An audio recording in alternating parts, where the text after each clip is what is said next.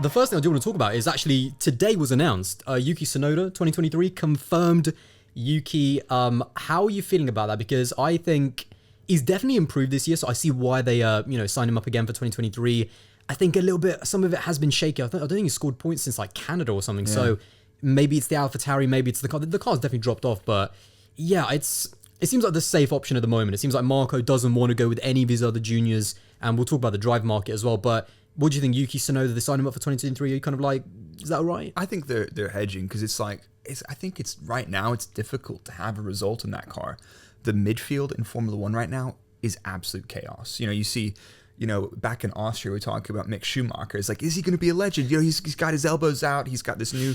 We haven't talked about him since then, and it's just chaos in the midfield. It's teams struggling to get to grips with aero, tires, chassis, and inconsistencies in pace, and the drivers probably pinging all over the place. So I think Yuki's a very safe bet. He looks, he seems like he's a lot more mature. We had the whole debacle in Zandvoort, which that was crazy, but that was just a team communication issue in the end is all that happened. It was nuts though. Yeah, I mean, again, we like, as fun as it is to throw conspiracies at Red Bull, and I mean, again, you used to work for them, so I'm sure you were working during Abu Dhabi 2021. That's all I'll say. No, I was not. Oh, you're not? No, my last race was the race before that, so I wasn't very convenient. there. Very convenient. Very convenient. Okay. I paid my couple shillings to the boys to. No, come on.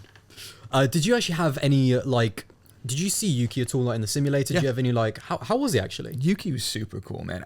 Yuki was one of the people, because when I was there were times when I would, I'd be in and out of the simulator. I'd see them in there and just say hi to people because the guys are in the factory using the sim. So I say, hi. He's super nice dude. He everybody that works with him really likes him. He's into gaming as well. So that was one of my passions is gaming. He's a bit of a Apex Legends demon. So he's a very nice kid. He's super cool. So how did you find it with him in the simulator? Was he like, what really stands out? Because that we don't really get that side of the sport in terms of what are drivers like in the simulator? What's good? What's bad? Where was you? So I didn't work with him in the sim, but in terms of other drivers, as a generality, you get a good idea of people's work ethic and how much they're focused. But most of that is based on how invested they are in the simulator as a tool. And I think for the most part, most of the drivers that I've worked with were very invested in the simulator as a tool because you don't get any testing time on the track. Free practice sessions are shorter. There's no testing during the season, hardly at all, unless you've got new tires or something coming, but that's controlled by Pirelli then. So the simulator gives you a good opportunity to see what the guys are like and just what they're like, off the camera, because you'll invariably end up having lunch with them when they're in the factory, chat with them, and all the Red Bull crew are very sound. How actually connected is Red Bull and AlphaTauri? Because we think of them as kind of the sister team, but are they completely separate? Do you have the AlphaTauri guys come in at any point? No. There's very strict rules now, and they've even clarified after last season, I think. There's very strict rules about what kinds of information you can and can't share. And as far as I could tell, they were completely separate entities. There's certain standard components that gearboxes and stuff like that teams sell to other teams, which are regulated components, which they're allowed to sell. That was kind of the extent. But that was it. Yeah, that was only this. I think it's a certain list of components that you can sell, and other than that, because you don't want. We obviously had the whole even the Racing Point controversy between Mercedes and with their brake ducts and how much of their car was copied. So I don't think, especially Red Bull, they don't want any of that sort of trouble in it. No, I think they don't. For sure.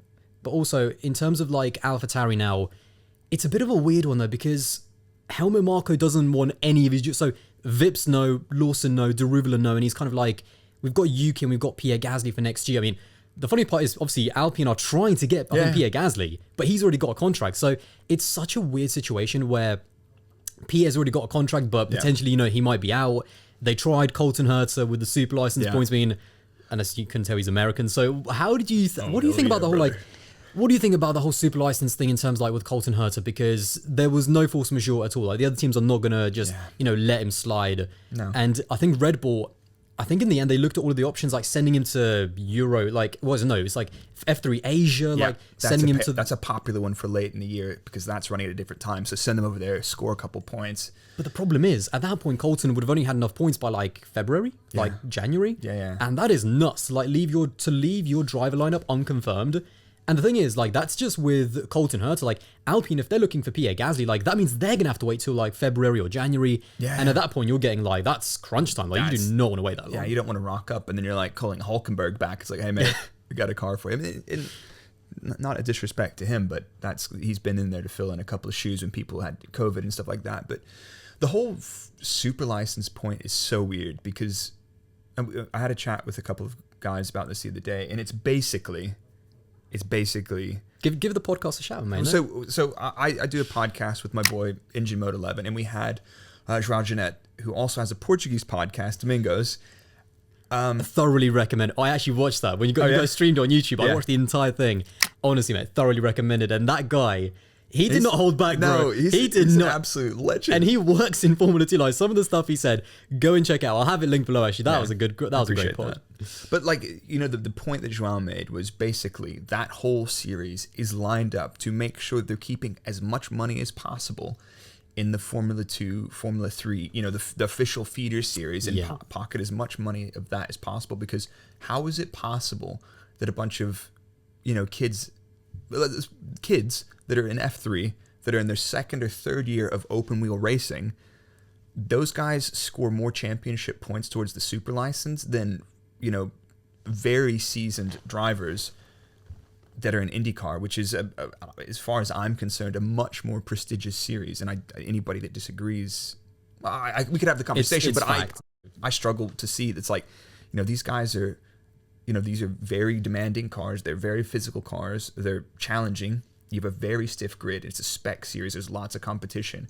And then a bunch of guys and gals that are in their second or third open wheel series. And it's like, you know, and things IndyCar gets less points. You mentioned the word kids, and you almost like, some of them are kids. Yeah. Some of them are 16, 17, like only just turning 18, and they're in Formula 3. Like, I mean, and again, IndyCar, you know, those kids, they're paying to be in Formula 3. They're paying to get in the best teams, advance their careers. And of course, money is massively important in, you know, in motorsport, wherever it is. Yeah. IndyCar, those are professional racing drivers. They're getting paid to be at the top of sport, to be at the top of IndyCar. But ultimately, it's a monopoly, isn't it? Yeah. They want it to trickle down from Formula 1 to Formula 2 to Formula 3. IndyCar, it's higher level than Formula 3 or Formula 2, no doubt. But they want it in there. It's almost like a little pyramid, isn't it? They want it in the Formula pyramid, the FIA pyramid, and IndyCar, as much as they respect it, you know, those are professional drivers. But they're not really putting any respect on it. Exactly. But at the same time, in terms of like difficulty of car to drive, and like Super Formula is probably the closest you're going to get to a Formula 1 car, with a lot of, you know, very expert, a lot of Japanese drivers. How close is it actually? Because I've heard that, to be honest, like, even Super Formula is even above Formula 2 in terms of like how difficult and how quick the cars are. Where do you think it is actually? I'm not familiar enough with Super Formula, but it's up there. It's definitely up there in terms of power, downforce, grip, and everything else. And there's some very, you know, expert drivers in that series as well. And Red Bull do love Tashi, because likes of, I think, Pierre Gasly have gone there, so they do like those. Yeah, but it's just the super license points thing. It's more than just about like giving more points to IndyCar. There's a political aspect to it as well, and I'm not. Do you think they're going to change it? Do you think they're feeling the pressure after this whole Colton Herta? Because it is ridiculous how, I think Romain Grosjean's actually Colton's teammate, I think, or something like that. And you cannot tell me that. And obviously Colton Herta's beaten Romain Grosjean. Romain is someone who right now could step into a Formula 1 car and do a decent job. You know, he was only in Formula 1 a few years ago. So to say that Romain could still come back to Formula 1 and Colton like can't do a job, and I've only just watched IndyCar like this first season. I'm not saying that Colton Herta is like the best driver of all time, but I think he's finished like 8th or 9th this season, and that is a good good result in IndyCar. Like, that is a high series, but it seemed like Red Bull were trying to go that route. They were trying to, you know, again, send him to Formula 3 Asia and potentially a Toyota series in like New Zealand, because, you know, even that gives even more points. Just give him every single FP1 session possible, like go to any team possible, but I think in the end they just thought that's not worth the hassle. No. Like, that's going to be... They're playing super license points bingo with this kid. Literally, they're just trying to like add up as much as they could. But I think Helmut Marko came out and said, we're going to give up on that. We just can't do that. So it is going to be Yuki Tsunoda. It is going to be potentially Pierre Gasly. But I think it's going to be an interesting one in terms of how are they going to handle it in the future? What is going to happen next season? Because Checo, again, he's got that contract for next year. That's going to run out. And this whole Red Bull saga is just going to keep, spinning round and round. I mean, do you think who do you think is going to be next after Checo? Or do you think he will be the long-term option? Because it feels like they're trying to groom Yuki Tsunoda to maybe, again, we know these Honda rumors as well. Yeah. They'd love to have a Japanese driver in there, but Yuki needs a little more time. Yeah, you I can't think so. just shove him into that environment. Not just in terms of the car, the pressure. The pressure, 100% the pressure, man. That was the first thing. It's like, don't worry about the car, worry about the pressure. Yeah, that's a really tough question. I don't know. It's like, I'm asking you to give me a definitive. Who's going to be in that car 2024? But I'm still we don't wondering know what's up with Lawson. Like, clearly, I don't think Lawson's going to rock up and smash his first season. He might, but clearly he's not on their radar for the next season anyway. Which is weird, isn't it? It's just, I mean, it's weird, that whole junior program thing, but ultimately at the moment they've got Max, they've got him on a long-term contract, and I think honestly they don't care what happens with anyone else. They've got their golden goose. Max is performing, he's in his prime right now. Yep. That car is suiting him. Their opposition is falling over, and that's all Red Bull are thinking about, to be honest.